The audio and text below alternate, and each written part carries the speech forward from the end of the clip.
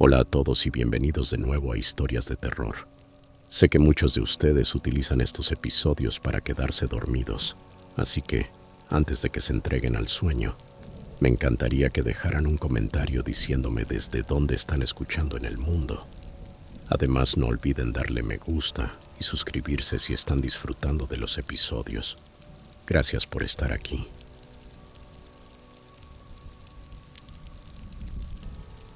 Historia 1. Cuando mi esposa murió en 2009, sentí como si una parte de mí se hubiera ido con ella. Aún puedo recordar el olor penetrante del antiséptico en la habitación del hospital y la forma en que sus ojos me miraban sin realmente verme ya. Llevaba años luchando contra una enfermedad mental profunda y persistente. Los médicos decían que era algo que no podían comprender del todo, un trastorno que había ido carcomiendo su mente poco a poco. El día en que falleció, sostuve su mano hasta que se enfrió, prometiéndole que cuidaría de nuestra pequeña hija, Franklin. Franklin tenía solo 6 años entonces. Tenía los mismos ojos que su madre, azules, llenos de curiosidad, aunque había en ellos algo más, una sombra que no lograba identificar. Tal vez era el peso del duelo, algo que era demasiado complejo para una niña tan pequeña. O quizás era otra cosa. No quise pensar demasiado en ello. Después nos mudamos a una casita tranquila en Montana. La vida empezó a seguir un ritmo frágil, casi artificial. Trabajaba muchas horas para poder mantenernos, lo que me obligó a contratar a alguien que cuidara de Franklin durante el día. Así fue como Mary llegó a nuestras vidas. Era una joven universitaria de 25 años, amable y de voz suave, con una sonrisa serena que mi hija pareció aceptar sin dudar. Mary venía cada mañana cuando yo salía al trabajo y se marchaba por la tarde, al regresar yo. Todo parecía funcionar bien, hasta que empezaron a pasar cosas. Pequeñas cosas al principio. Era un martes por la noche, o quizá ya madrugada del miércoles. No lo sé con certeza. Me desperté alrededor de las 2, con la garganta reseca. Al girarme para comprobar que Franklin dormía a mi lado, descubrí que su lado de la cama estaba vacío. Mi corazón comenzó a latir con fuerza.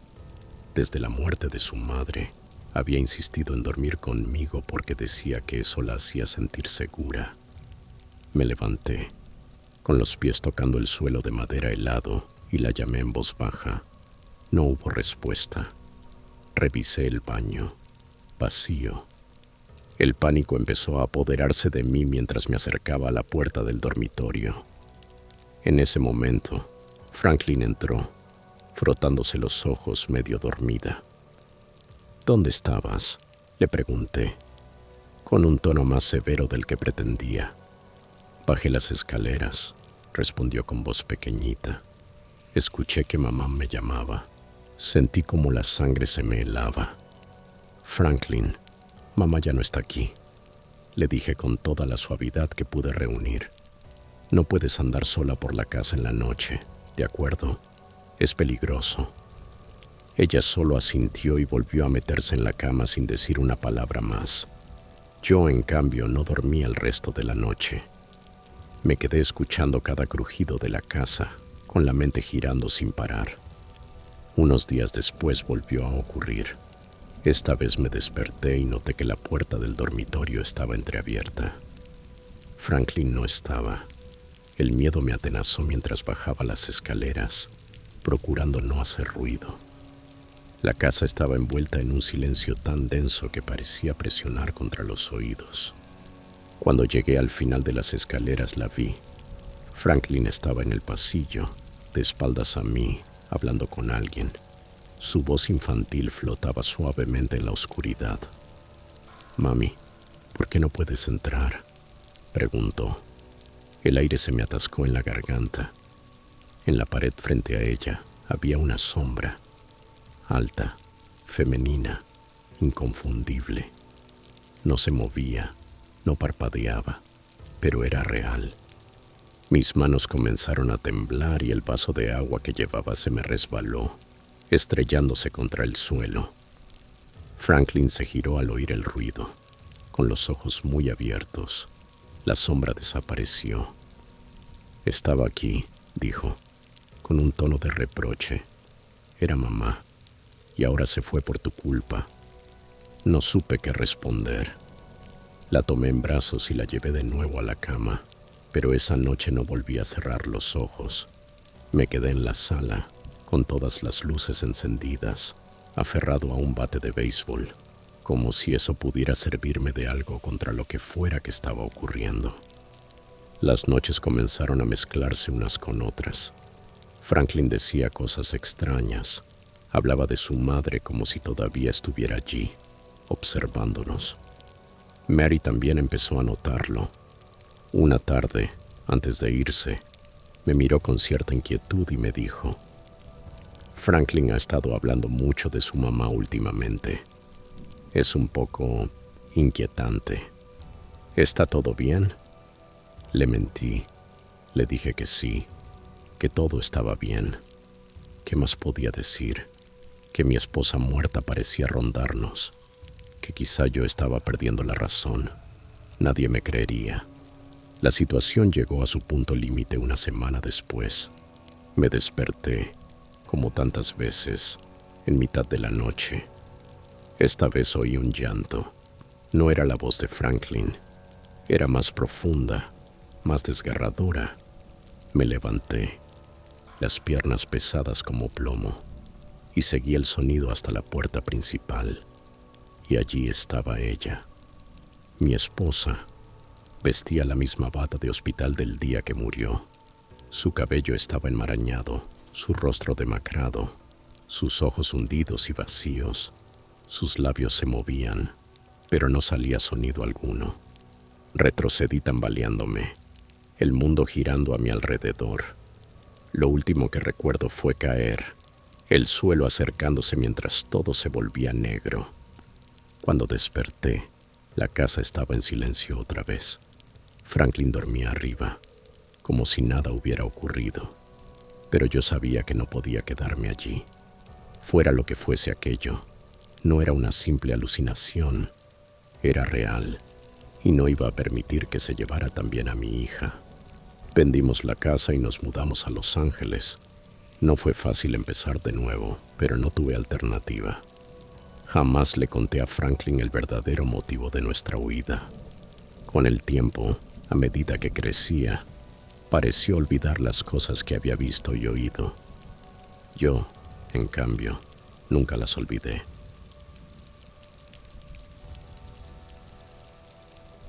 Historia 2. Durante gran parte del año 2015 salí con un chico llamado Enrique. Nos conocimos en la escuela.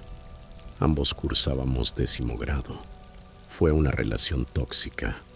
Él era abusivo y extremadamente controlador. Intenté terminar con él muchas veces, pero siempre encontraba la manera de chantajearme emocionalmente. Finalmente, mi padre logró poner fin a aquella relación. No sé exactamente cómo lo hizo, pero debió haberlo amenazado de una forma tan contundente que, en mi mente, solo puedo imaginar lo más aterrador que una película de horror.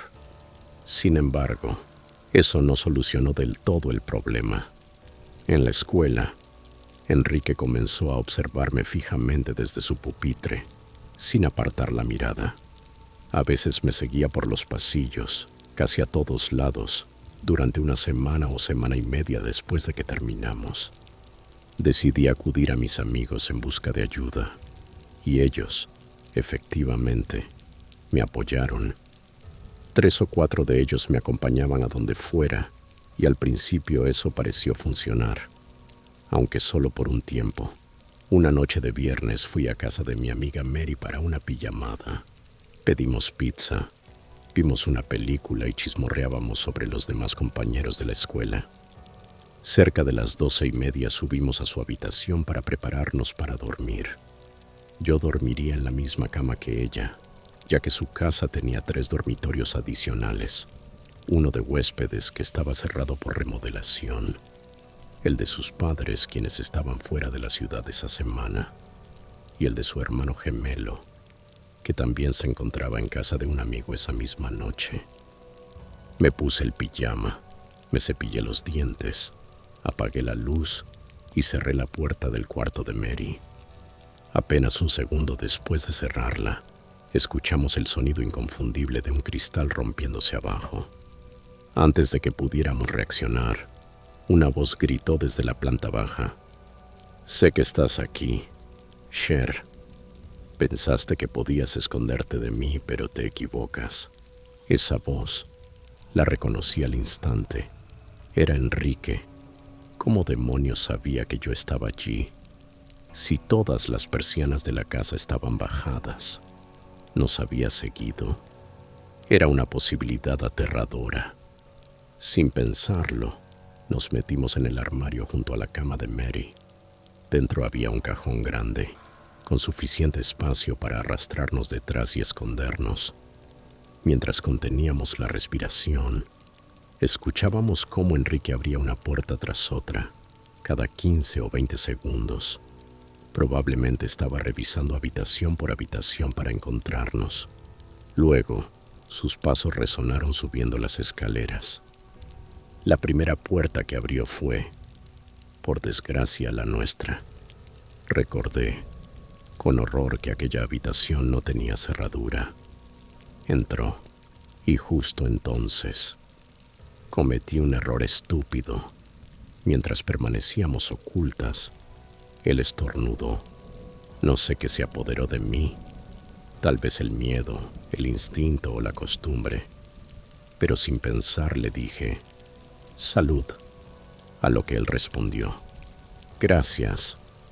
Mis labios pronunciaron sin voz: «Oh, mierda». Sus pasos se dirigieron directo hacia el armario. La puerta se abrió. Ya no había forma de ocultarnos.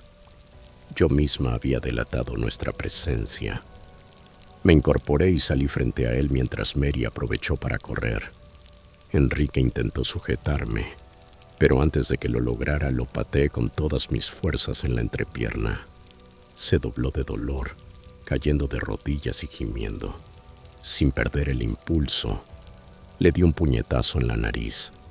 Su cuerpo cayó de espaldas, completamente abatido. Me dolió la mano, pero no me importó. Lo único que pensaba era en escapar. Salí corriendo de la casa y, afuera, vi a Mary subiendo las escaleras de la casa de su vecina.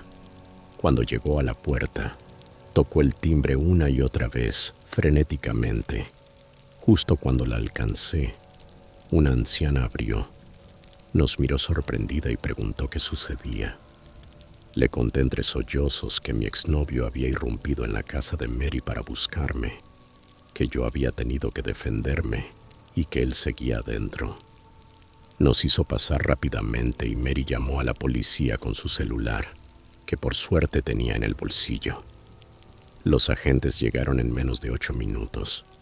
Entraron en la casa, la registraron completa, pero no encontraron a Enrique por ningún lado.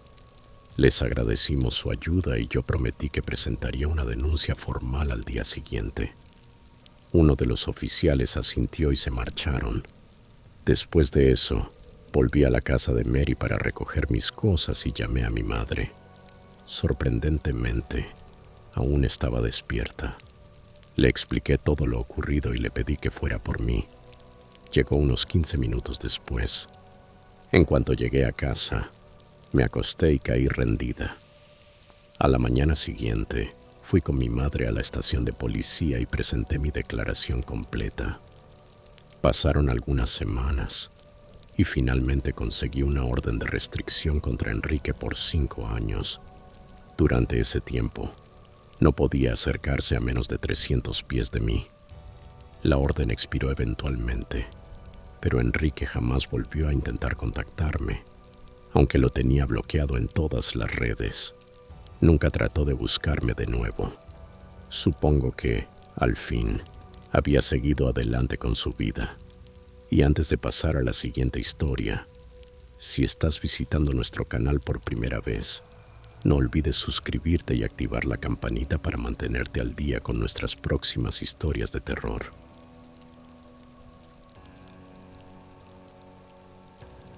Historia 3. Fui oficial de policía en Seattle, Washington.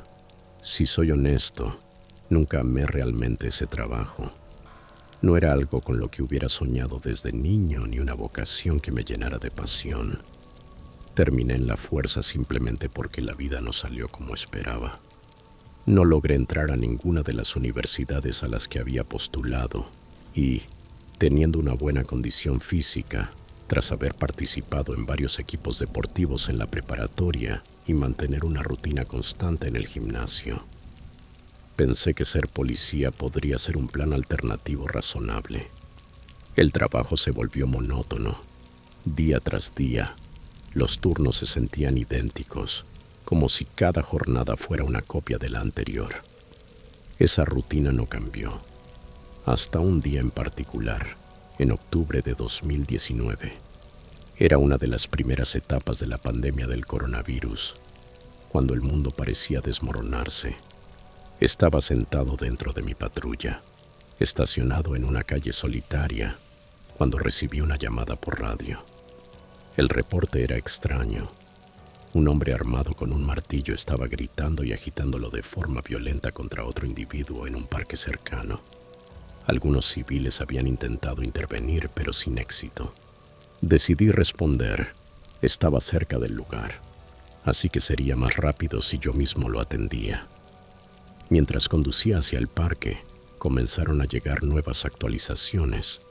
La situación empeoraba. El sospechoso había abandonado el parque y ahora se encontraba en un callejón cercano, blandiendo una antorcha improvisada, un palo encendido. Los detalles eran cada vez más extraños, y mi instinto me decía que aquello no sería un simple altercado. Reduje la velocidad al acercarme. Escaneé las calles con cautela, sintiendo cómo la adrenalina me aceleraba el pulso. La imprevisibilidad del momento me tenía en alerta máxima. De pronto, el hombre apareció saliendo de una esquina lateral, todavía sosteniendo la vara en llamas. Desde una distancia segura, abrí la puerta de mi patrulla y grité: «Departamento de Policía de Seattle, deténgase donde está». Mi voz retumbó en el callejón vacío, pero él no obedeció. En cambio, respondió con una cadena de insultos y siguió avanzando. Lo que ocurrió después fue una serie de errores que aún me atormentan. Avancé lentamente con la patrulla, olvidando cerrar la puerta. En mi prisa por no perderlo de vista, le grité una vez más que se detuviera. Pero en ese instante se giró de golpe y comenzó a correr hacia mí, todavía con la antorcha encendida. Las llamas danzaban frenéticamente con cada paso. Antes de que pudiera reaccionar, ya estaba junto a mi vehículo. Arrojó el palo ardiendo por la puerta abierta, directo al interior del coche. El pánico se apoderó de mí. Salté al asiento del copiloto. Instintivamente saqué mi arma y disparé varias veces en su dirección. Mi puntería falló. No acerté ni una sola vez.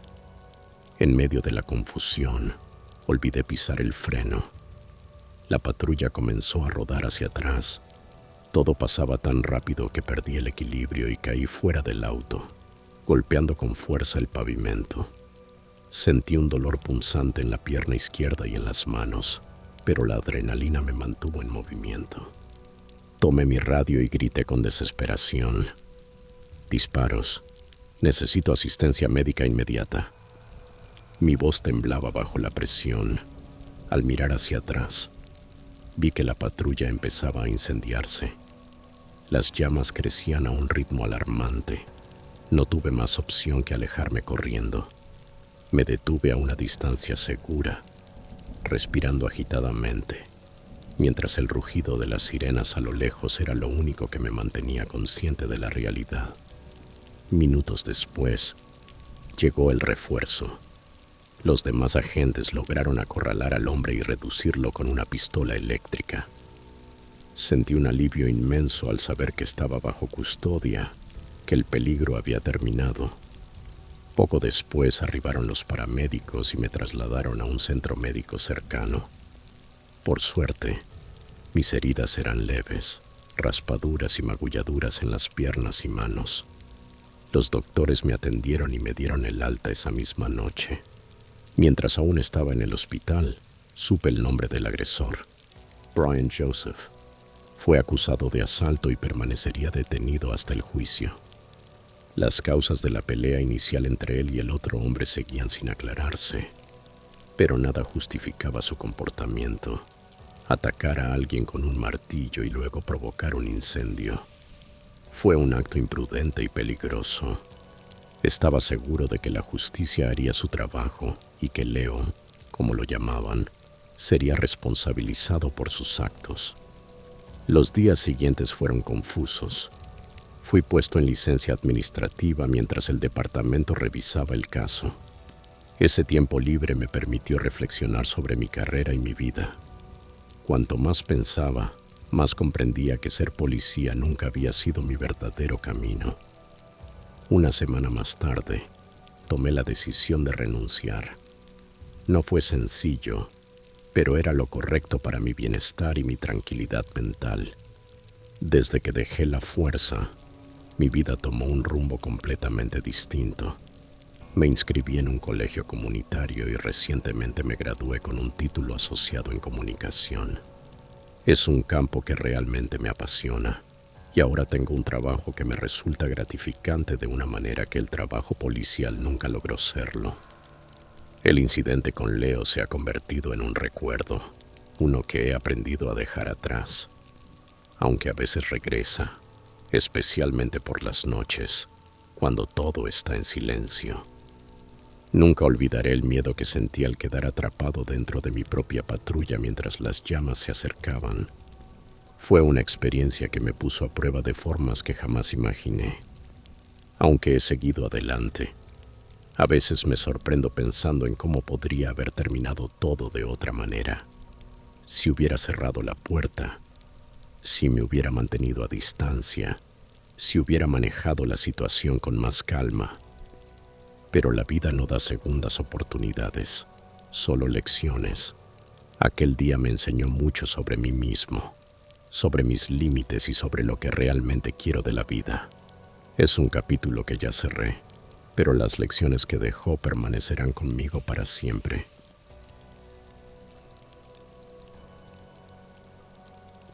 Historia 4. Soy un hombre de unos 40 años, casado y sin hijos. Mi esposa y yo nos mudamos casi cada 2 años, ya que ambos tenemos trabajos que implican viajar con frecuencia. La mayoría de nuestros vecinos, en cada lugar donde hemos vivido, han sido personas tolerables, pero hubo unos en particular que me hicieron cuestionar seriamente mi estilo de vida y mi profesión. Todo comenzó a principios de febrero de 2020, cuando nos mudamos a un nuevo apartamento en Farmington, Nuevo México. A los pocos días de instalarnos, conocimos a nuestros vecinos, un matrimonio llamado Olivia y Humberto, que vivían con sus 2 hijas. A primera vista parecían personas normales, agradables y conversadoras. Sin embargo, algo en el comportamiento del padre me inquietó desde el principio. No sabría decir qué exactamente, pero había algo en él que simplemente no me daba buena espina. Durante las primeras semanas, todo transcurrió con normalidad. Cada vez que nos cruzábamos con ellos, nos saludábamos con una sonrisa y un gesto amable, pero nunca llegamos a tener conversaciones largas. Entonces llegó finales de marzo, y con él, el confinamiento por la pandemia del coronavirus. Fue en ese tiempo cuando empecé a escuchar gritos provenientes del apartamento de al lado. La voz profunda y potente dejaba claro que era Humberto quien gritaba. Me preguntaba qué podía estar pasando. Intentaba justificarlo pensando que quizá estaba frustrado por el encierro, por no poder salir ni ver a su familia o amigos. Parte de mí sentía compasión por él, pero los gritos eran tan fuertes que se escuchaban nítidamente desde nuestro apartamento. En abril, mi esposa me mostró un mensaje de texto que había recibido de Olivia. En él decía que su familia se iría temporalmente a casa de su madre, al otro lado del estado. La noticia, para ser honestos, fue un alivio, al menos por un tiempo. Podríamos descansar de los gritos y disfrutar de algo de silencio. Sin embargo, regresaron en octubre y fue entonces cuando las cosas se tornaron realmente inquietantes. Una noche, alrededor de las 3 de la mañana, nos despertaron unos golpes fuertes en la puerta. ¿Quién tocaría a esa hora?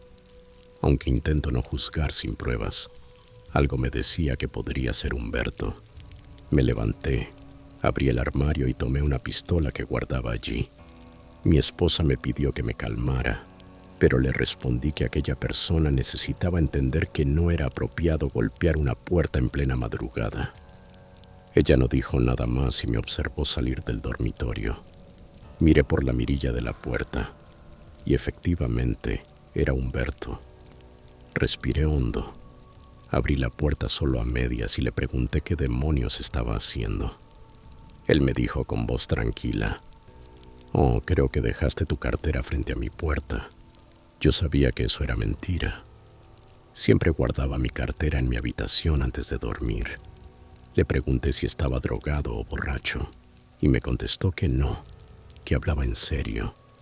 Entonces levanté la mano, mostrando el arma, y le dije con tono firme: «Será mejor que regreses a tu apartamento antes de que hagas que esto termine mal». Se echó hacia atrás, visiblemente asustado. Luego giró sobre sus talones y regresó a su casa.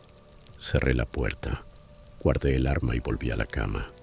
Mi esposa me preguntó qué había hecho. Le conté que solo le había dado una advertencia seria. Ella simplemente asintió, apagó su lámpara y la habitación volvió a quedar a oscuras. Me costó dormirme, pero al final lo logré. El resto del mes transcurrió sin incidentes. En noviembre, a mediados de mes, mi esposa y yo hicimos un viaje de negocios por carretera a otro estado. Estuvimos fuera casi 3 semanas. Fue un descanso necesario. Me sentí por fin relajado, sin la tensión constante de nuestros vecinos. Regresamos hacia finales de noviembre o principios de diciembre. No recuerdo con exactitud. Un día, mi esposa salió a hacer unas compras, pero apenas unos segundos después de que cerrara la puerta, escuché gritos afuera. Salí corriendo del apartamento y confirmé lo que sospechaba. Humberto estaba gritándole a mi esposa. Ella se veía aterrada. Sentí tanta rabia que le grité: «Aléjate de ella ahora mismo. Si vuelves a acercarte vas a descubrir lo que te espera».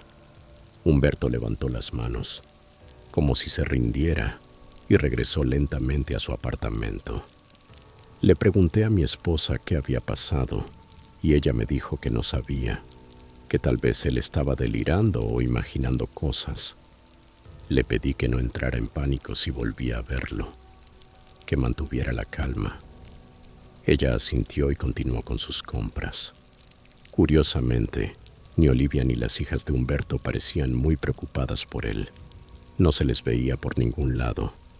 Empecé a considerar seriamente mudarnos y solicitar una orden de restricción contra toda la familia, pero decidí esperar a ver cómo terminaba el año.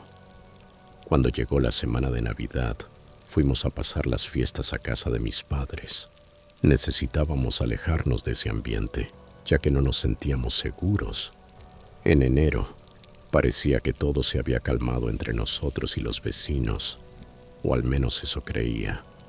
A finales de ese mes, un domingo por la noche, mientras mi esposa y yo veíamos televisión, escuchamos fuertes patadas contra nuestra puerta. No necesitábamos adivinar quién era. Los golpes eran tan violentos que parecía que intentaba derribarla. Tras unas cuantas patadas más, la puerta cedió. Humberto irrumpió en nuestro apartamento con un arma en la mano. Nos levantamos de inmediato, paralizados por el miedo. Comenzó a gritar incoherencias, acusándonos de hostigarlo y de amenazar a su familia, cosas que nunca habíamos hecho. Le grité, totalmente desconcertado: «¿Qué te pasa? ¿Estás drogado o borracho?». No respondió. Solo repitió que le habíamos arruinado la vida, aunque apenas habíamos tenido contacto con él. Intenté mantener la calma y le pedí que bajara el arma, pero gritó con furia: «Voy a matarlos a los dos».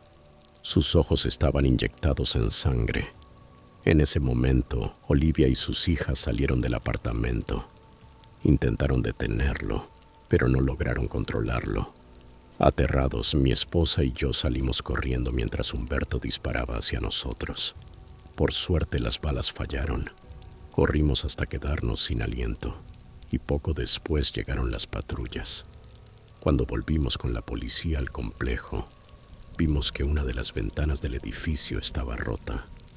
Los agentes le apuntaban con sus armas, ordenándole que levantara las manos, pero él no obedecía. Sus hijas le rogaban que se calmara, y Olivia gritó a los oficiales: «No le disparen, tiene problemas mentales». Ahí supe que mi intuición inicial había sido correcta. Humberto estaba enfermo mentalmente. Los policías intentaron razonar con él, pero se atrincheró en el edificio. Cada vez se ponía más violento. Rompió otra ventana y uno de los agentes pidió refuerzos por radio. De repente, Humberto lanzó un cóctel Molotov desde dentro del apartamento. Retrocedimos de inmediato mientras el fuego se extendía por el suelo. Los oficiales respondieron con disparos. Él alcanzó a lanzar otro artefacto incendiario, y fue entonces cuando los policías le dispararon de nuevo. Vi cómo 2 balas impactaban en su brazo derecho. Cayó al suelo y finalmente lo esposaron y lo subieron a la patrulla. Mi esposa corrió a buscar cubos de agua y comenzó a apagar las llamas antes de que se propagaran. Afortunadamente, nadie más resultó herido y el fuego no alcanzó los apartamentos. Me acerqué furioso a la familia de Humberto y los confronté. No tienen ningún control sobre él. Han permitido que llegue a este punto. Intentaron calmarme, pero yo estaba demasiado alterado. Regresé al apartamento y mi esposa vino detrás de mí. Le dije que hiciera las maletas. Ella preguntó por qué, y le respondí que nos iríamos a un motel por unos días. No discutió. Sabía que era lo correcto. Antes de marcharnos, fuimos a la comisaría para relatar todo lo sucedido, incluidos los incidentes previos de los últimos meses. Los investigadores nos preguntaron si queríamos presentar cargos contra Humberto. Respondí que no lo haría, siempre y cuando él y su familia pagaran por los daños causados a nuestro apartamento y al edificio. Tras dar nuestra declaración, nos alojamos 3 noches en un motel. Cuando regresamos, hablamos con Olivia y su familia. Les dijimos que no presentaríamos cargos y que incluso pagaríamos la fianza de Humberto si ellos cubrían los daños. Olivia aceptó el acuerdo. Aún así, 2 semanas después nos mudamos definitivamente. No podíamos seguir viviendo allí después de todo lo ocurrido. Hoy no sé qué ha sido de Humberto ni de su familia, pero solo espero que él esté recibiendo la ayuda que necesita y que por fin haya encontrado algo de paz.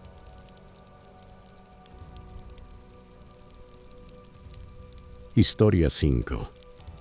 Nunca fue mi plan pasar un viernes por la noche en un cementerio antiguo, pero así fue como terminé allí.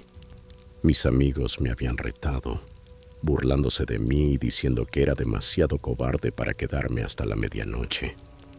Las provocaciones me dolieron lo suficiente como para aceptar el desafío, aunque una sensación de angustia me retorcía el estómago. Fingí una sonrisa temblorosa y traté de convencerme de que no era para tanto. Es solo un cementerio, pensé. ¿Qué es lo peor que podría pasar? El cementerio estaba a las afueras del pueblo, rodeado por una cerca de hierro alta y oxidada. Cuando empujé las puertas, las bisagras soltaron un largo y lastimero chirrido que sonó más como una advertencia que como un simple ruido metálico. Mis amigos, seguros al otro lado de la calle, gritaban bromas y palabras de ánimo, aunque en sus voces se percibía cierta incomodidad. Ninguno de ellos había tenido el valor de aceptar el reto. La linterna que llevaba en la mano proyectaba un haz débil que temblaba sobre las lápidas desgastadas y los árboles desnudos. Aquel cementerio era muy antiguo. Muchas de las tumbas estaban torcidas, rotas o cubiertas de musgo. El aire olía a humedad y descomposición, y el viento silbaba entre las ramas como si entonara una triste melodía. Cada paso que daba resonaba demasiado fuerte, como si el suelo amplificara el sonido para remarcar mi presencia intrusa. Intenté distraerme con pensamientos triviales, tareas del colegio, canciones que no lograba sacar de la cabeza, cualquier cosa para ignorar la pesadez del ambiente. Pero los detalles perturbadores no dejaban de llamar mi atención. El olor a podredumbre parecía seguirme, intensificándose a cada paso, y las sombras de las ramas desnudas se alargaban de forma antinatural, moviéndose como si tuvieran vida propia. Llevaba ya media hora vagando sin rumbo entre las tumbas, alumbrando con la linterna las inscripciones desgastadas. La mayoría eran ilegibles, borradas por siglos de viento y lluvia. De pronto, una pequeña piedra rodó bajo mi pie, cayendo con un ruido hueco en la oscuridad. El corazón se me detuvo un segundo. ¿Había sido solo eso? ¿O escuché un gemido lejano? Me obligué a pensar que era el viento, pero la sensación de estar siendo observado no desapareció. Me senté en un banco de piedra junto a una gran tumba de mármol para esperar a que dieran las 12.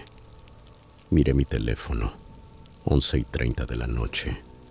Solo faltaban 30 minutos. Cada minuto se me hacía eterno. Los sonidos nocturnos, hojas moviéndose, ramas crujiendo, adquirían un tono siniestro y cada leve ruido me hacía saltar. Bajo el cielo vasto e indiferente, me sentía diminuto y vulnerable. De repente, un crujido seco rompió el silencio detrás de mí. Me quedé rígido y giré bruscamente, moviendo la linterna hacia la oscuridad.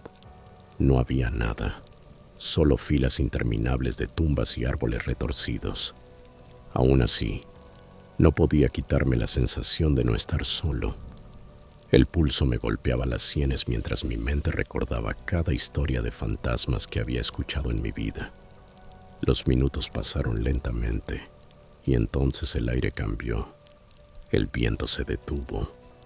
La quietud que siguió fue tan absoluta que ni siquiera el murmullo distante del pueblo se oía.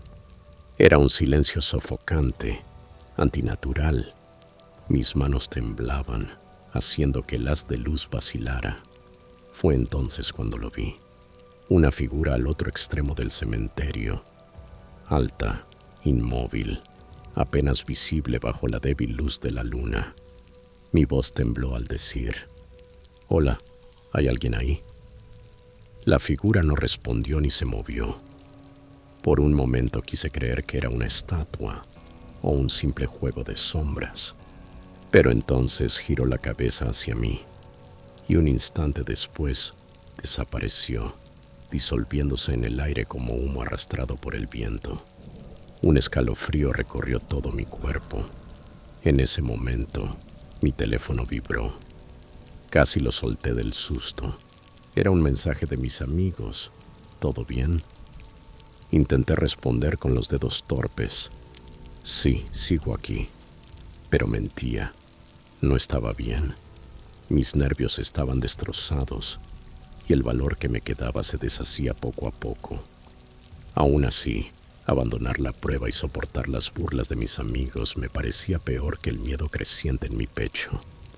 A las 11:50 de la noche, decidí acercarme a la salida. Estar cerca de la puerta del cementerio me pareció una solución intermedia. Técnicamente seguiría allí, pero podría huir rápido si algo pasaba.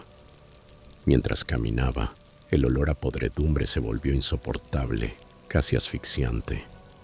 Mi linterna empezó a parpadear, su luz titilante proyectando sombras que parecían moverse a mi alrededor. De reojo veía figuras desplazarse, pero al girarme no había nada. Por fin divisé la reja a lo lejos y sentí un fugaz alivio, hasta que la vi. Otra figura. Esta vez estaba junto a la entrada, encorvada. envuelta en sombras tan densas que parecía que la oscuridad misma la cubría. Mi linterna volvió a titilar, dejándome casi a oscuras. El pánico me subió por la garganta, pero me obligué a seguir caminando. A medida que me acercaba, la figura se enderezó, creciendo, volviéndose más alta, más imponente. Un sonido seco, áspero emergió de ella, una risa sin alegría, hueca, inhumana. Y entonces, mi linterna se apagó por completo. Me quedé sumido en una negrura total. Saqué el teléfono con manos temblorosas, pero se me resbaló y cayó contra una piedra. La pantalla se rompió y la luz se extinguió. Ciego y aterrorizado, avancé a tientas, rezando por alcanzar la salida. Un aire helado me rozó el hombro. Dedos fríos, delgados, casi esqueléticos. Contuve la respiración y giré, moviendo los brazos al azar. No había nada. Entonces, un susurro sonó junto a mi oído. Las palabras eran ininteligibles, antiguas, pero el odio que contenían era inconfundible.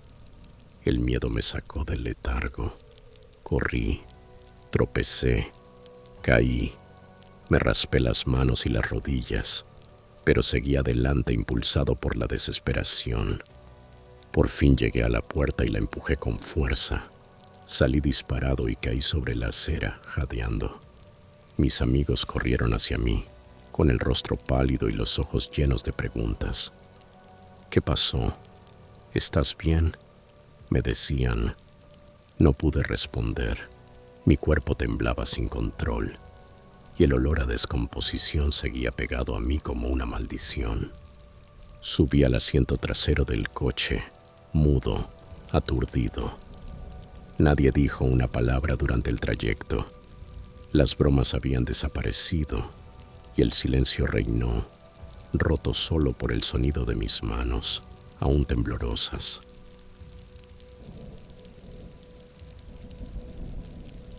Historia 6. Todavía no puedo creer todo lo que me ocurrió ayer. Comenzó como una de las noches más emocionantes de mi vida. Asistir a un partido de los New York Rangers en el Madison Square Garden, completamente solo. Nunca he sido del tipo de persona que se rodea de grandes grupos de amigos.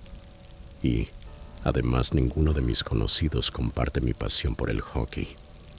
Aún así, la idea de ver a los Rangers jugando en su propia casa me llenaba de entusiasmo, suficiente como para ir por mi cuenta. Llegué al Madison Square Garden eufórico, con mi querida camiseta de los Rangers puesta, decidido a disfrutar cada segundo de la experiencia.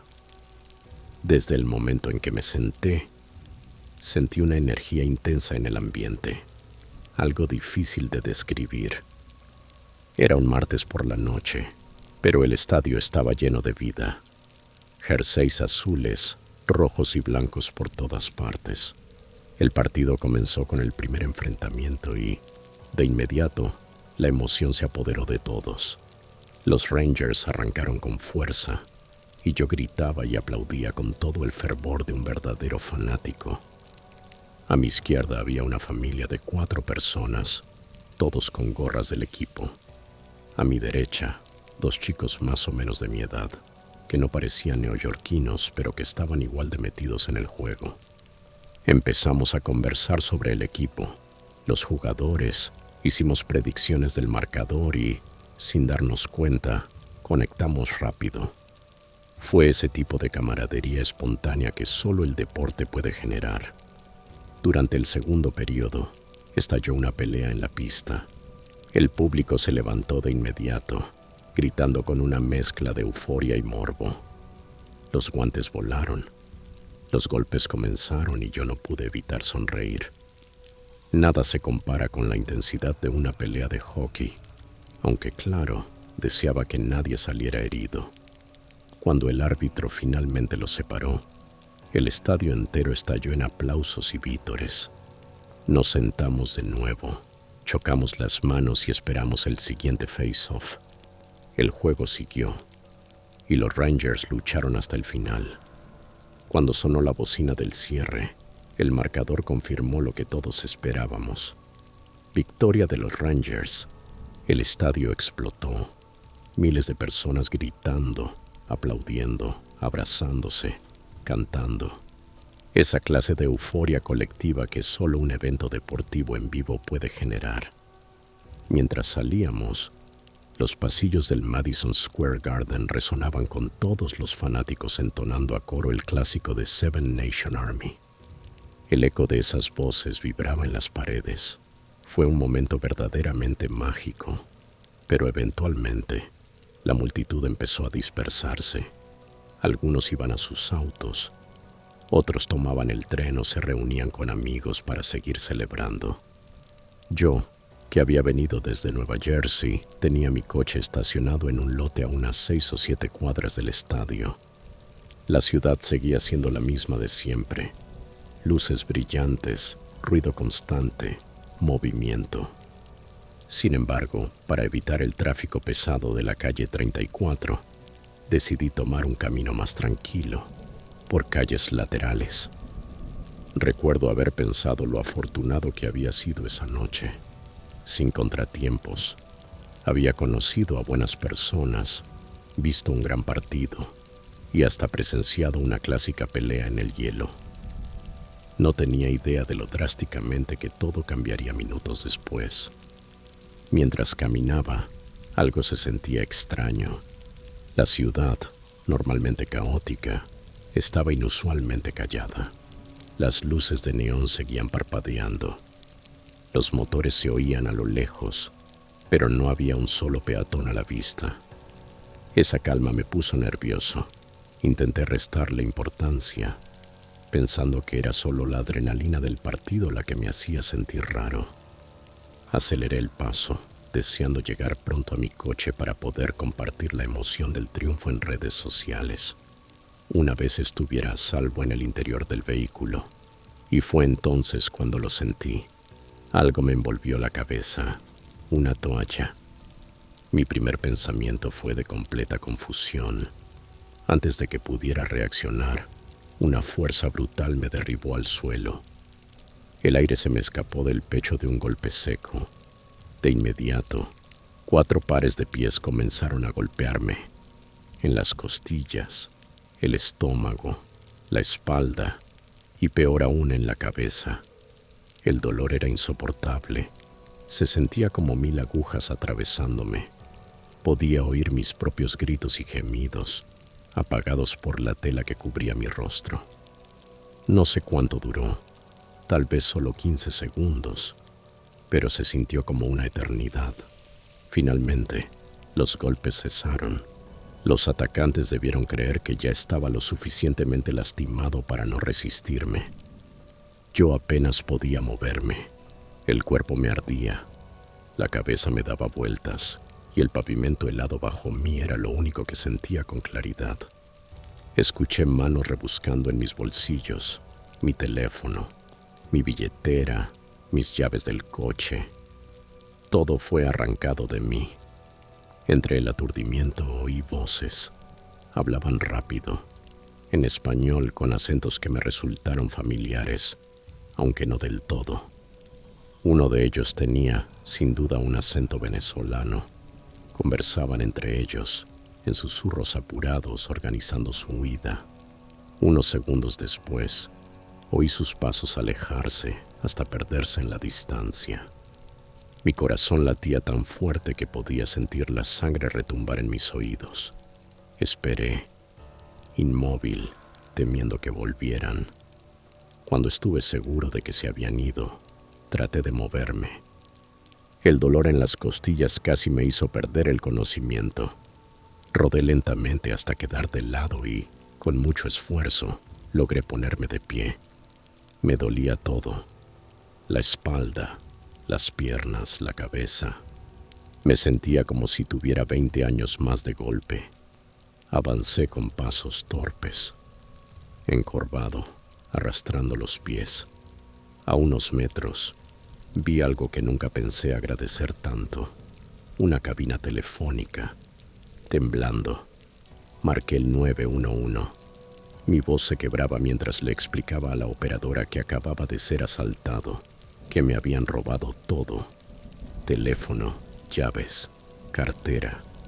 Para mi sorpresa, la policía llegó rapidísimo, en apenas 2 minutos. Una patrulla se detuvo y 2 agentes bajaron enseguida. Me preguntaron si estaba bien. Les dije que físicamente no, pero al menos seguía consciente. Me ayudaron a subir al coche y conté lo sucedido, describiendo lo mejor que pude a los atacantes. Les mencioné que hablaban español y que uno tenía acento venezolano, aunque no podía dar más detalles. Todo había pasado demasiado rápido. Me llevaron al hospital más cercano, a unos 5 minutos. Por suerte, mis heridas no eran graves. Moretones, contusiones y, posiblemente, una conmoción. Los médicos me dieron analgésicos y compresas frías para la hinchazón en el rostro y el torso.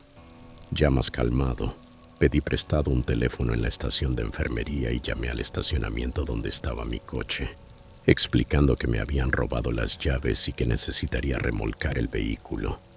El hospital decidió dejarme en observación durante la noche. Fue una noche larga, sin sueño, con el dolor y la ansiedad turnándose para mantenerme despierto. Cuando amaneció, tomé el autobús de regreso a Nueva Jersey desde la terminal de Port Authority. Iba exhausto, adolorido y sobre todo avergonzado. El golpe emocional me cayó encima al llegar a casa. Encendí la computadora y revisé mis cuentas bancarias. Había movimientos nuevos, compras recientes, transacciones desconocidas. Los asaltantes ya estaban usando mis tarjetas. Sentí una oleada de náusea y rabia. De inmediato llamé a las compañías de crédito para cancelar todo.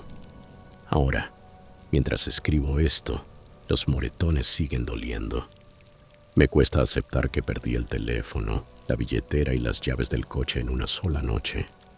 Pero también soy consciente de lo afortunado que soy. Podría haber sido mucho peor. Mi coche sigue en aquel estacionamiento, esperando a ser remolcado o recuperado. Estoy frustrado, sí, y me siento violado por la crueldad de la gente capaz de hacer algo así por unas pocas pertenencias. Pero lo más importante es que sigo aquí, vivo, y eso significa que puedo seguir adelante, sanar y mirar hacia el futuro.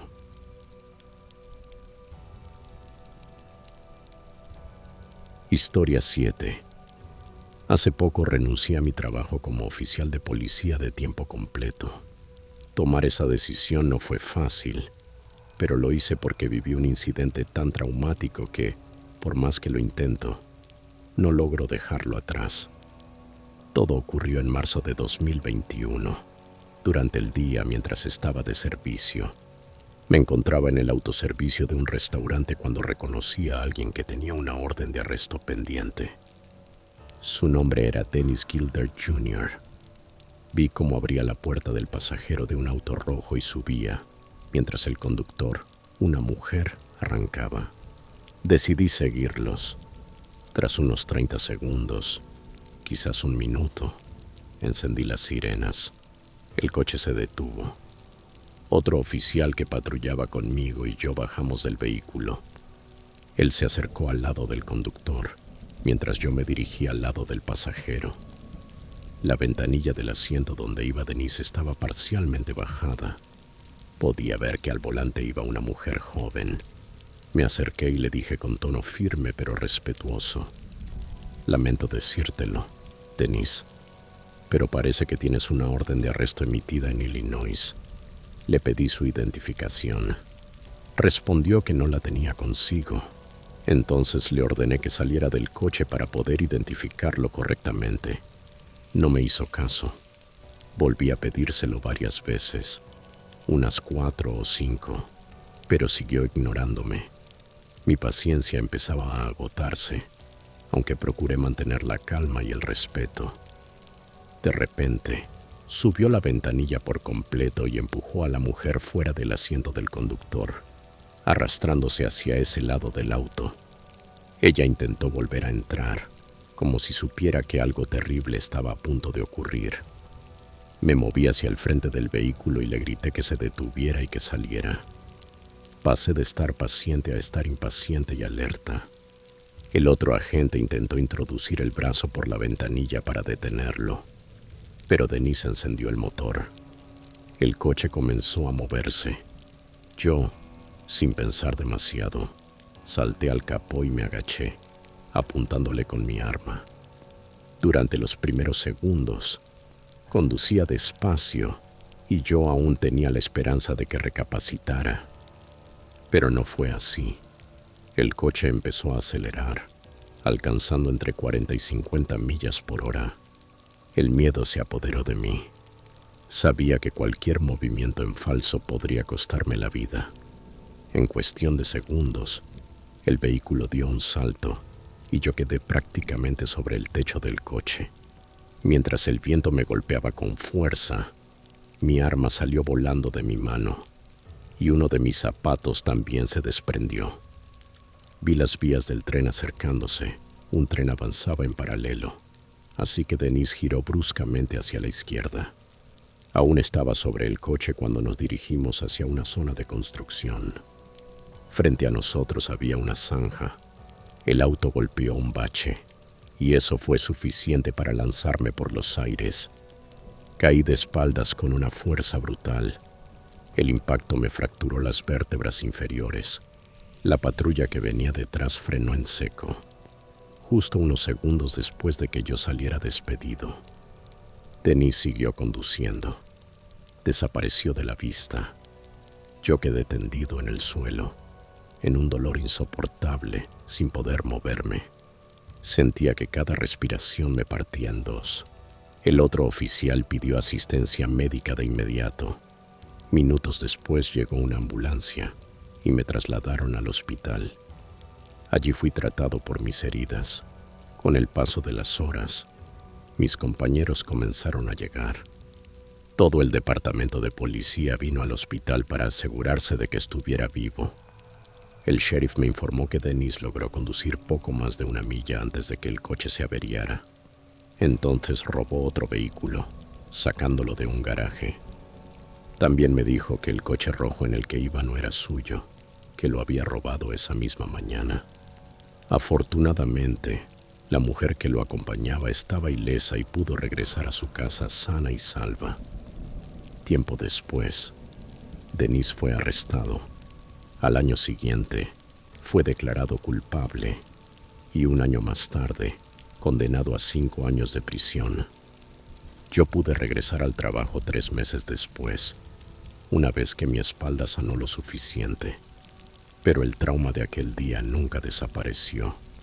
Finalmente, en 2024, decidí renunciar definitivamente. A veces, cierro los ojos y aún puedo sentir esa sensación de aferrarme a algo en movimiento, con el viento golpeándome el rostro y el miedo gritando dentro de mi cabeza. Esa sensación de que, en cualquier segundo, podía morir. Me tomó 1 año completo recuperarme físicamente de la fractura. Desde entonces, soy extremadamente cuidadoso con cualquier actividad que requiera fuerza o esfuerzo físico. No quiero arriesgarme a volver a lesionarme. Dennis, desde prisión, me envió una disculpa y yo lo perdoné. Cuando salga en libertad, sinceramente espero que cambie su vida para bien, que aprenda de sus errores y encuentre una forma de ser mejor persona.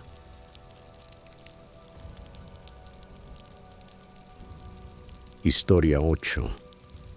La noche del miércoles pasado, regresaba a mi casa en Nueva Jersey después de pasar la tarde en la ciudad de Nueva York.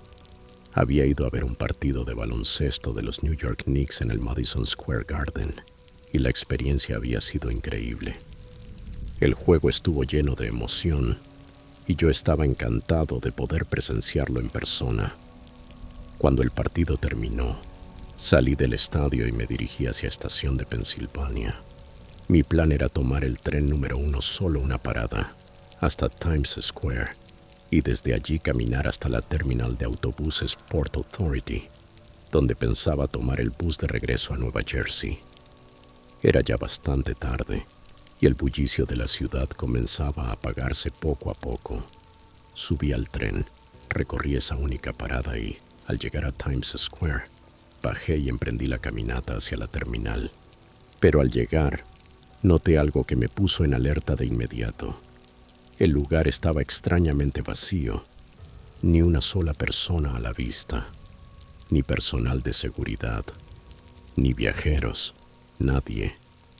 El silencio era antinatural, especialmente en un sitio que normalmente está lleno de movimiento, incluso de madrugada.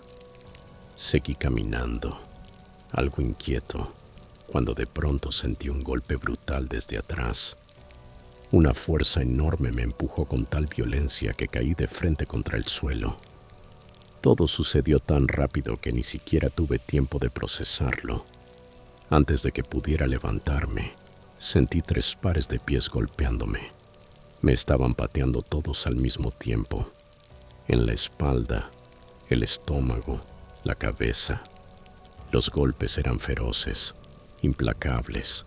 Aunque probablemente duró unos 15 segundos, a mí me pareció una eternidad. Cuando estás en el suelo, indefenso, 15 segundos son demasiado tiempo. No podía defenderme. Lo único que podía hacer era cubrirme el rostro y el torso con los brazos, tratando de resistir. De repente, los golpes cesaron. Uno de ellos metió la mano en mi bolsillo y arrancó mi billetera. No pude hacer nada. Me quedé tendido, inmóvil, sintiéndome completamente impotente mientras los 3 hombres salían corriendo. Todo el dinero que tenía, unos $300 en efectivo, se había ido en un instante. La sensación de pérdida fue horrible, pero mientras yacía en el suelo, me vino otro pensamiento a la mente. Mi teléfono. Metí la mano en el bolsillo de la chaqueta y para mi sorpresa seguía allí. Mi corazón comenzó a latir con fuerza. Recordé que si presionaba el botón de encendido 5 veces seguidas, el teléfono haría una llamada automática al 911. Lo hice de inmediato. La llamada se conectó y, con la voz temblorosa y la respiración entrecortada, le expliqué a la operadora lo que había ocurrido.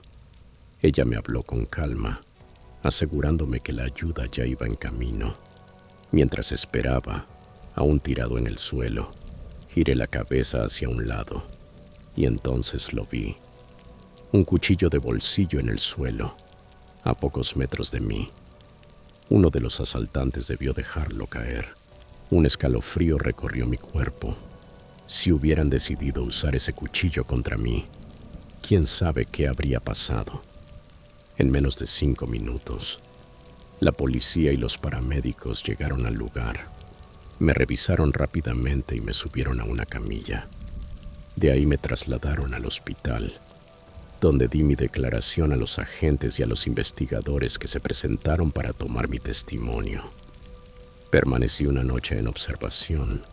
Los médicos trataron mis heridas. Por suerte, la mayoría eran solo moretones y golpes.